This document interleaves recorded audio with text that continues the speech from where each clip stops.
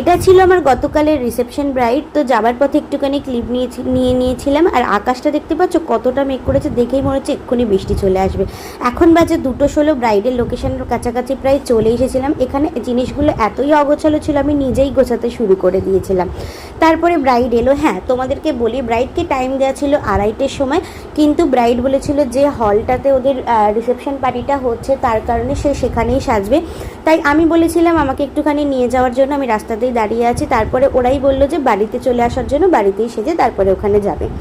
তো ব্রাইডের লুকটা কেমন হয়েছে তোমাদের সাথে তো ফার্স্টেই শেয়ার করে দিয়েছি। এবং কালকে এমনই বৃষ্টি হচ্ছিল, গিয়েছিও ভিজে ভিজে, এসেছিও ভিজে ভিজে। আর আসার সময় এতটাই ভিজে গেছি যে তোমাদের সাথে যে সেই ক্লিপটা শেয়ার করবো সেটাও করতে পারিনি।